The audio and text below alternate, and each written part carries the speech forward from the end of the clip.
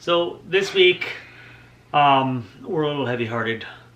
It's been less than a week that the world lost a legendary Canadian performer. We're talking about the great Catherine O'Hara. And tonight we pay special tribute to her right after this. Watch this. We'll see you soon.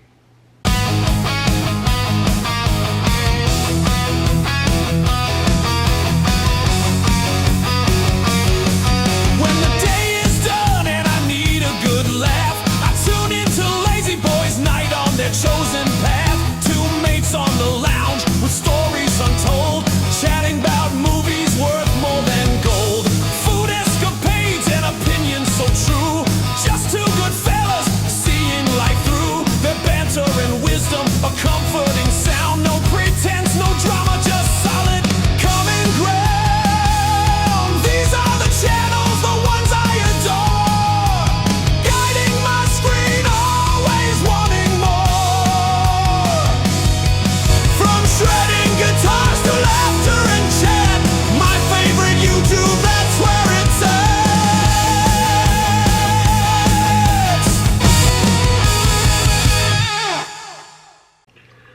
That's Dude. That's Dude. And welcome to Lazyboys Night. Oh yeah. Oh yeah. Oh yeah. Tonight we have a very special brew on the menu. We do. This is the Irish Stout Nitro from O'Hara's. We had to. Yeah. We had to.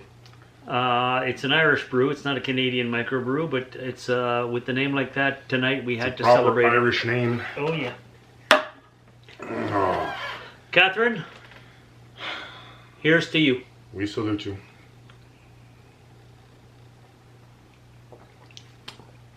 That's fantastic. Wow. Oh yeah. Yeah, it lives up to the name. It does live up to the name. Speaking of the name, let's talk about Catherine O'Hara. She's been a staple of entertainment for the last 50 years. Dude, she has literally always been in our lives. Yeah, I mean, It's wild, man, to she- even think about that. she got her start on SCTV in what, 76? Yeah, it was like the mid-70s. Yeah, So mid-70s. probably, yeah, you're probably right. She was a very young woman Dude, at the time. Do what you have to do. Very young woman at the time, and made her mark in sketch comedy on SCTV. With an insane cast, Oh, man. Like, yeah. that whole group, we've talked about this We- before, but that cast from SCTV, Yeah, and we talked about it in the John Candy special. Check this Yeah. out right here. But most of them wound up finding fame beyond SCTV. Yeah. Catherine O'Hara being no exception at all. Yeah. She was the standout female. Not that there were other women on the show, and some of them went pretty far. she too, made but it big in the States, right? You make she it big in the was- yeah. States, you make it big internationally. And what made her big is she played such a different range of characters on the show. It's comedy, and she could play anything from the ditzy bimbo to Space cadet kind of way out to the there. femme fatale Yeah. to the nerdy little grandma to anything. Yeah. And she was just always so brilliant at it.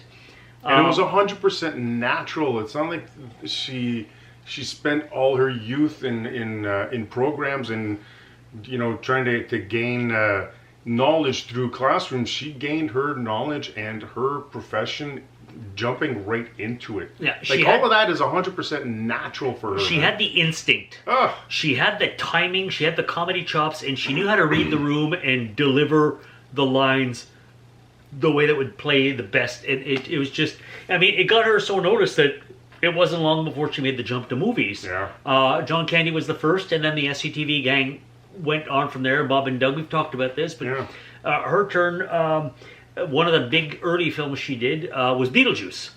That was a huge success, and Beetlejuice for her, was huge. that put her on the map Oh, yeah. at that point. She played Big the time. mom. She She played it so well. Delia Dietz, and yeah, That's like, and oh, she was such an eccentric Oh. character. I'm here with you. I will live with you in this hellhole, but I must express myself. If you don't let me gut out this house and make it my own, I will go insane and I will take you with me.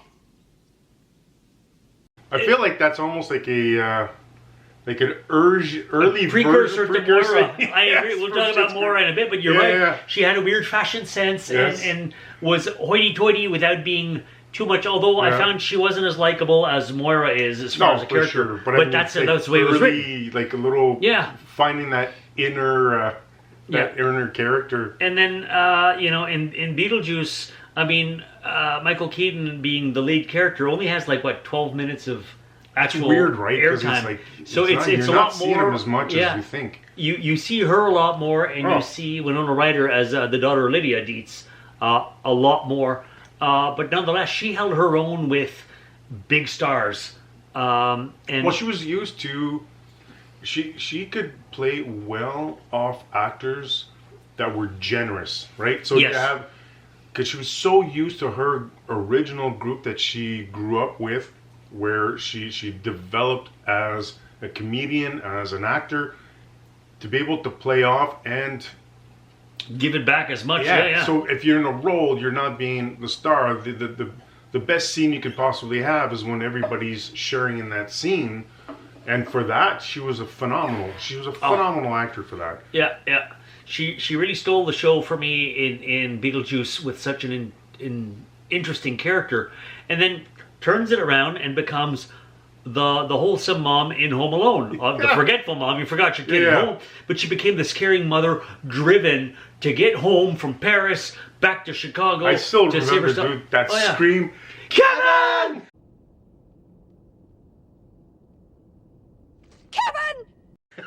Right away. That is like it's iconic. tattooed in my brain, man. I and see that scene. Are the two things from that movie that you remember?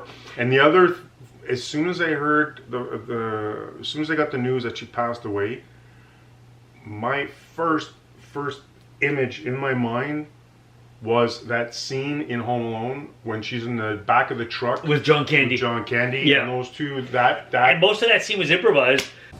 Tell me, have you ever gone on vacation and left your child home? No. But I did leave one at a funeral parlor once. Yeah, it was terrible too. You know, I was all distraught and everything. You know, the wife and I, we left the little tyke there in the funeral parlor all day.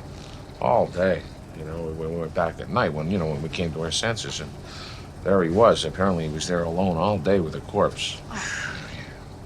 Now, he was okay, after 6-7 weeks. And I came around, started talking again. But he's okay. They get over it. Kids are resilient like that. Maybe we shouldn't talk about this. You brought it up. I was just, trying to cheer you up. Sorry, I did. John would go on a riff about his whole polka career, and she knew how to play it right to get it moving, not steal the scene, but to keep it going. I read about that, and they were just two old friends who were used to playing this way, and it was just, let's roll the camera and let these two do their thing. And it's weird that we did John Candy thing because of the documentary that came out on Prime. So we did an episode. Dude already popped it up. Yeah, right. So go check it out. But it's weird now that we talked about her and John Candy, and now I realize that we're talking about the her other side. now. Yeah. Like that's really weird, man. I'm almost getting chills out of just thinking about that. It's that's wild. Now she had a long-term career specifically with Eugene Levy. Who was also an SCTV cast with her. So right from the start, they met, I think, or maybe they knew each other before, but they worked professionally for 50 years. Beyond SCTV, they did a bunch of movies together, like Best in Show. All those kind of mockumentary That was a lot of it was improvised as well. Because they're so strong, and they were just like, roll with it and do your thing. Yeah. And she could just keep delivering and delivering and delivering. And then she wound up doing a lot of voice work afterwards. She did an insane amount of voice work on big movies too, man. Yeah, I think the biggest one is probably Sally from The Nightmare Before Christmas. She was and basically... she had that voice, man. Oh, yeah. Recognizable, but just enough that she could tweak it to the character, but just enough that you knew it was her, but she was able to play... But it's not distracting. No. Yeah. For that, And every time I hear somebody that is that impressive as an actor and as a comedian and is able to turn it around as a voice actor as well, Holy jeez, that's like a triple threat, man. Oh yeah. That's wild. And then in her later years, and let's face it, this is how the younger generations will know her, will remember her. This is how the world remembers her now, is Moira Rose on Schitt's Creek. The role of a lifetime, man. Moira Holy is jeez. such a unique and original character. We said Delia Dietz was a bit of a precursor, but Yeah. Moira had this twist to her. And what I love about her, I was thinking about it on the way over to shoot here in the Dude Den. And you could see this a lot too in her early SCTV work, is no matter how outrageous and ridiculous her characters were, Yeah. they were never a joke.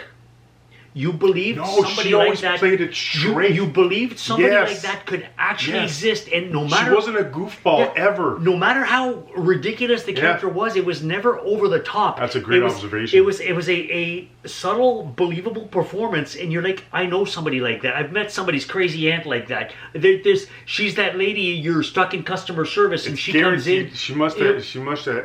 When she was doing research or getting ready for roles, I'm positive she had somebody in mind when she was playing those roles. probably. Because, like you said, the fact that, and that's always the sign of like the greatest comedies, the greatest comedians can be straight-faced and deliver their lines and be incredibly funny. Oh yeah, Because Leslie Nielsen, the- for example. Yeah, so the person is not what's funny about it. The person's not a joke. Yeah. That's the thing. It's and wild, as man. ridiculous She as played it Moira so was, well. Moira was never a joke.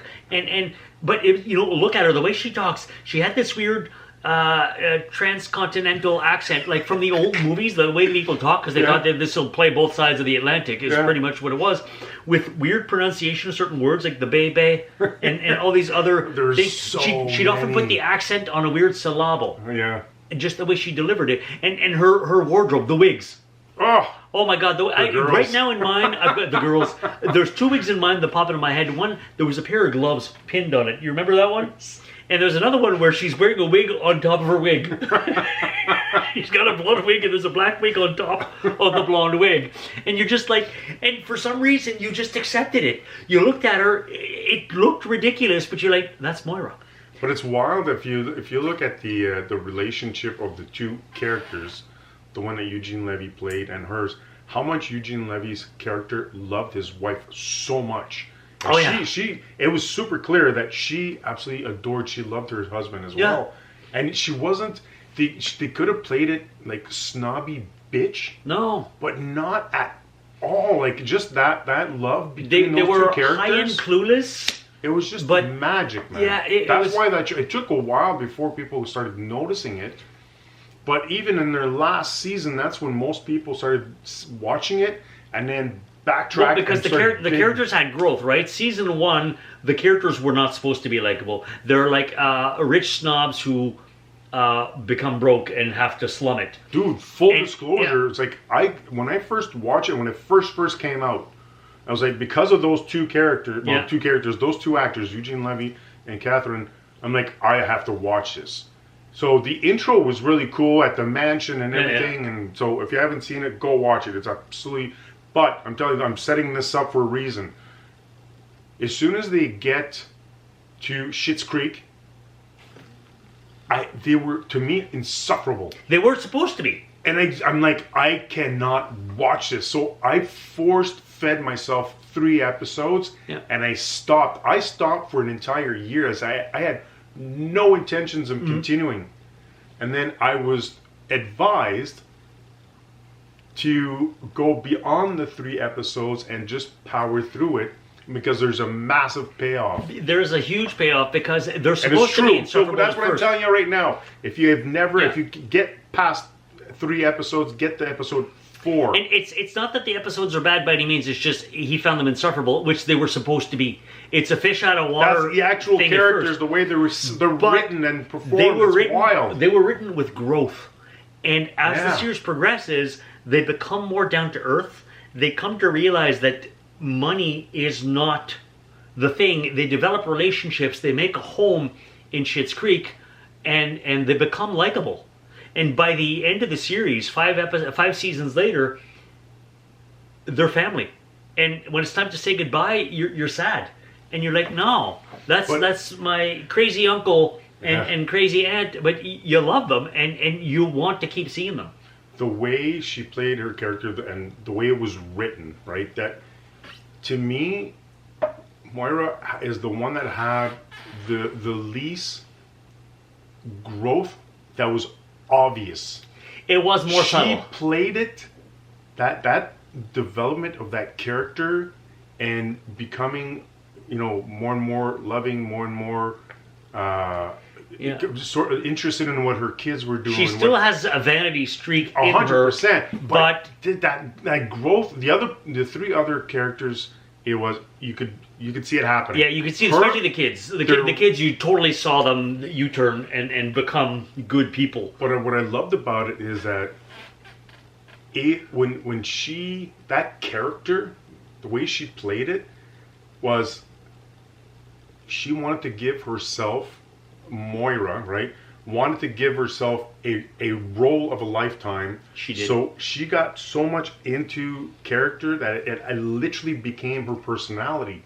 So she never let go of that personality, but she still had to grow, and it's insane. She so played well it so well, man. And to be honest, I had heard that she wasn't really interested in doing the series, and she just did a favor to Eugene Levy, who was hoping, she was thinking she'd be in 1 or 2 episodes. Well, she was called in originally as a favor again, but just to do the pilot, to be able to sell the show. Yeah. But when they were able to sell the show, the buyers, CBC, were under the impression that she came with the show. To be honest, the chemistry between her and Eugene Levy is just so powerful. Even with Dan Levy, who plays the son, so obviously Eugene Levy's real son, the resemblance is there. But she's Aunt Kathy to Dan Levy. I mean, he grew up knowing her. She's always been a part of their lives. Yeah. She's always been part of the Levy family. So the dynamic there was not hard for them to pull off. Yeah. And you see that chemistry. One of the scenes that just pops into my mind, just to talk about how funny she was, there's a scene where her and Dan are trying to cook something. And the recipe asks them to fold in. I know. Just watch this. You'll see what I mean. Oh, next step is to fold in the cheese. What does that mean? What does fold in the cheese mean? He folds it in. I understand that, but how do you fold it? Do you fold it in half like a piece of paper and drop it in the pot, or what do you do? David, I cannot show you everything. Okay, well, can you show me one thing? Here's what you do. You just fold it in. Okay, I don't know how to fold broken cheese like that. And I don't know how to be any clearer. You take that thing that's in your hand, and you... If you say fold in one more time... It says fold it in! This is your recipe! You fold in the cheese then! Don't you dare! You fold it in! David! And hopefully we could play that clip, but just the way Dan Levy's freaking out, David's, that's the character's name, the way David is flipping out, and the way Moira just delivers it like, I can't be any more clear. It's just, it's so freaking hilarious, and it is such a, I don't know if that was written or improvised, but that just goes to show you the chemistry they had and the delivery, the power she had to play it straight in one of the funniest things ever. I'm happy. I am so happy that after Schitt's Creek, she still had projects. She still did guest appearance on TV shows. What was the last thing she worked on? I forget the name. Is The Last of Us? Is that what it's called? Yes. Well, it was one of her last projects. I don't know if it was the last. But which is a heavy dramatic thing as opposed to the usual comedy chops. But again, versatile actress. Bring it on, man. Anything she could do. I mean, she's known for comedy, but she could do anything. Yeah, but that's what I mean is like, I'm happy that if your last memory of any performance is Schitt's Creek playing that character, good on you. Like, not very... That's a legacy character. There's so many actors that, we wish she could have hung around for another 20, 25 years easy, right? But there's some actors that their glory days, like when we did... Are way behind them. Go check this out, right? Fallen Stars for 2025.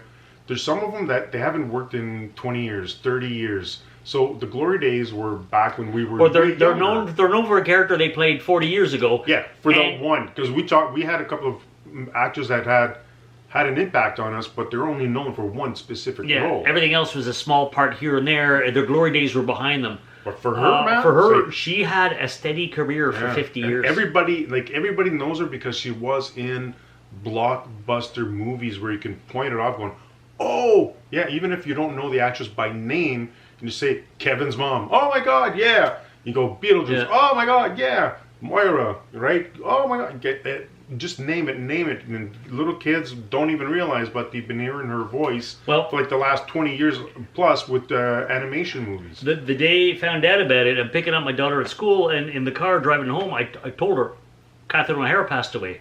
And she went, "Is that the mom from Home Alone?" I'm like, "Yeah." And she was upset. Yeah. She's a little kid. She knew who she It's was. Kevin's mom, man. It's She Kevin's passed mom, away, and she was yeah. upset because she's too young to watch Schitt's Creek. But this was the mom from Home Alone, and Yeah. she knew who that was. I was And upset when I found out, man. I It was so heartbroken. weird. Like when I found out, I was torn. I was like, "What the hell was wrong with me?" But it's I was heartbroken. she, like I said, she's always been in our lives, and I've watched SCTV skits from. I couldn't watch it when it originally came out, but Yeah, we were later too young to on, appreciate it. But later on in life, and Reruns. up until very recently, I still go on YouTube and I still watch some clips, man. It's if you go into my feed, you'll still see SCTV stuff there. I saw on Facebook Brooke Shields put out just a little tribute to her, Yeah. but she posted a clip of when Catherine O'Hara spoofed Brooke Shields on SCTV. No way. And you see the clip and you're like, "Oh my God." Like, wow. Yeah. Like, obviously it's played up for comedy. Of course. But it was just like, and Brooke Shields was like, it was such an honor to be parodied by By the great her. Catherine O'Hara. No kidding. Michael Douglas, your son? Yes, he is. Woo, I did. Watch what you say, young lady. I'll say whatever I like. It's my show. And you're my daughter. Yeah, well, I'm not your daughter. I'm your ticket to ride. You watch your tongue. Kirk, what on earth would you do with a child like this? And I'm like, that's the impact. Yeah. You know, and this is a clip from almost 50 years ago, and it's like still that means a lot to her, Right? You know, So that's a big thing. So guys, if you want to leave us a comment of your favorite moment, your favorite movie with Catherine O'Hara, first what you got to do subscribe is you do need to subscribe, and right? like and share. And do that, and then you can leave us some comments down there. Yeah, But man, share your Catherine O'Hara memories with us. yeah. 'Cause And I have tons. yeah, Catherine, Here's to you. we salute you, we miss you, we love you. Thanks for the laughs. Cheers. We'll see each other next week, all right?